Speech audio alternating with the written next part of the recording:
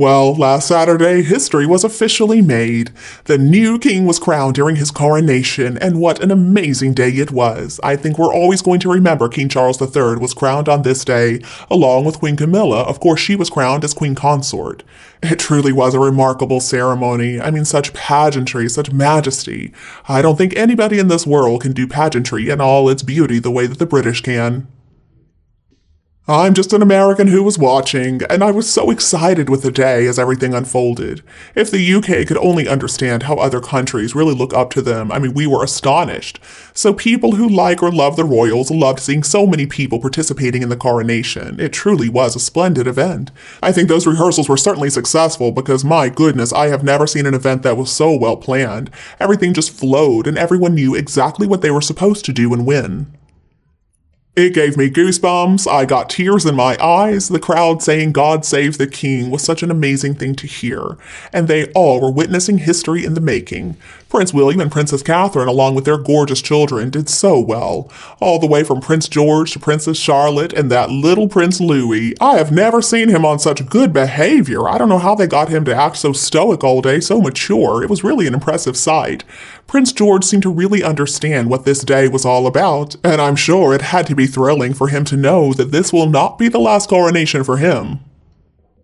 And folks, I have got to issue an official thank you to Princess Anne. That feather was so well placed, and I'm sure it was intentional. It was not a coincidence. I don't care what anybody says. I'm happy, though, that Anne prevented us from having to look at that Harry. Instead, he was covered up by Anne's plumage. Bless you, Princess Anne, bless you. Your mother would have been so proud of you. God bless the Princess Royal and her spunk. She saved all of us.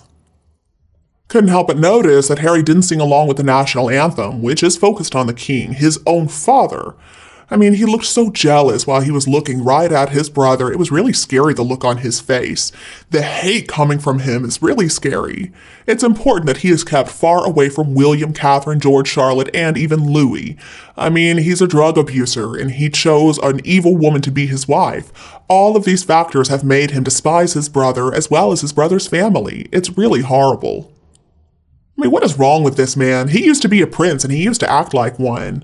I mean, maybe he didn't exactly act like the perfect prince, but still, he had some manners at one point in time. You know what? I would say Prince Louis acted better actually than Harry did. So Harry ran away quickly to return to his mistress of evil. And if you didn't know by now, the late Queen Elizabeth did refer to Meghan as evil on one occasion. From the change that has descended upon Harry since he married that horrible woman, we can definitely agree with Queen Elizabeth.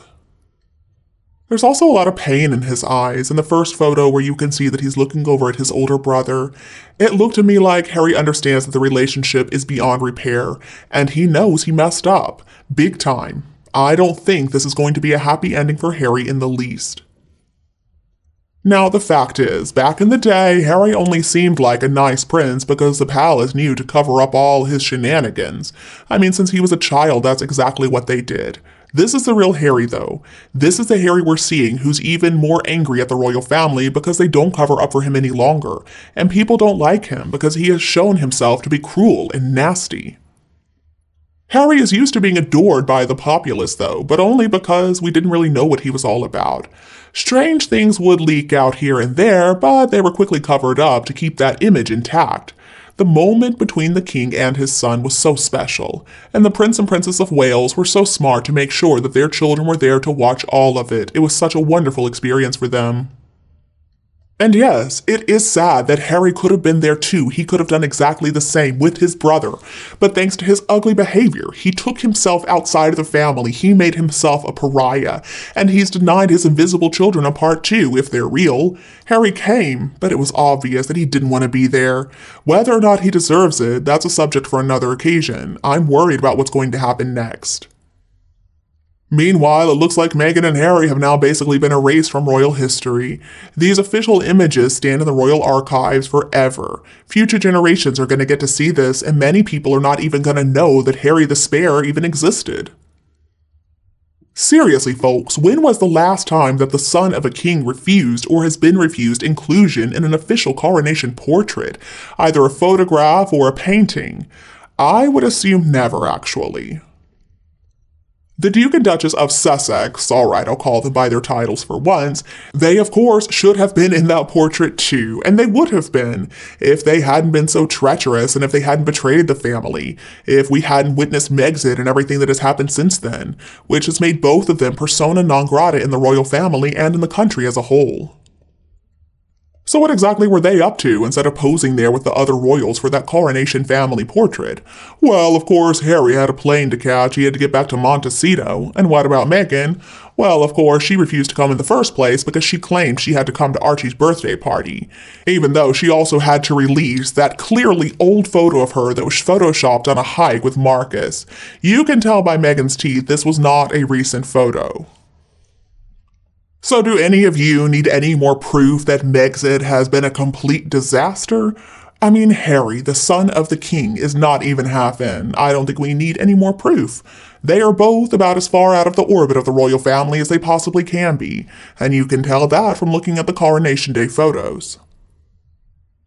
And also, let's talk about that stupid photo that Meghan put out. Does she have any idea how ridiculous she looks? She's wearing an $82,000 ring on her pinky. She's wearing that Cartier watch and gold bracelets, and she's got a necklace so that she can go hiking. And those socks looked really stupid. And then she had her hands on her hips, clearly trying to pose exactly like Diana. I'm guessing there has to be a memo out there that if you're going to be photographed with Meghan, you've got to make sure that you look horrible so that she can look better. And yeah, Marcus looked like a hot mess. Has anybody noticed that any woman who Meghan just so happens to be around is pretty boring? Just look at the latest staged basketball game. Overweight, unremarkable, and usually just a backdrop of drab to highlight the natural beauty that is Meghan. Barf. It's horrible. It's basically the same as when Meghan wore that $12,000 outfit to a homeless pregnant women's shelter. How wrong of her. But People magazine, of course, gave her a glowing report. So Meghan Markle supposedly was too busy planning Archofficial's birthday party, so she couldn't come to the coronation, but she had more than enough time to go out on a hike. I don't see the logic in that. But anyway, just a little note about those teeth of hers. I have always thought that she had a set of slide-ins when she was doing that mule look, because sometimes you can see her photographed with what appears to be normal teeth. But then again, who knows? We know Meghan is the master of these Photoshop games, so I can't tell what's real and what's not at this point. I would assume that Meghan would have photos of her son, considering that it was his birthday supposedly. That is what any normal mother would have done. But no, it's all about Meghan and all about her fake life with her husband and her fake kids. The situation is evil, though. And supposedly, the child's birthday party was the reason that she couldn't attend the historic event. So we got a photo of Meghan without the invisible child. It is ridiculous. I don't know if that new agency approved this. Obviously, Meghan did exactly what she wanted to do because that's always what she does. And why? Well, because Archie's not real. I mean, the rare photos that she puts out of the children are always from the back, and they're clearly photoshopped or they're other people's children. I cannot imagine how painful it is for Harry to see that portrait without him in it. I mean, how could somebody go from being a much-loved member of the family to not even being included in the most important official portrait of this time? It really is a tragic situation. And you, do you agree with me? If yes, don't be afraid to like and share my video with anybody else who would enjoy it. If not, please tell me your opinion below in the comments section.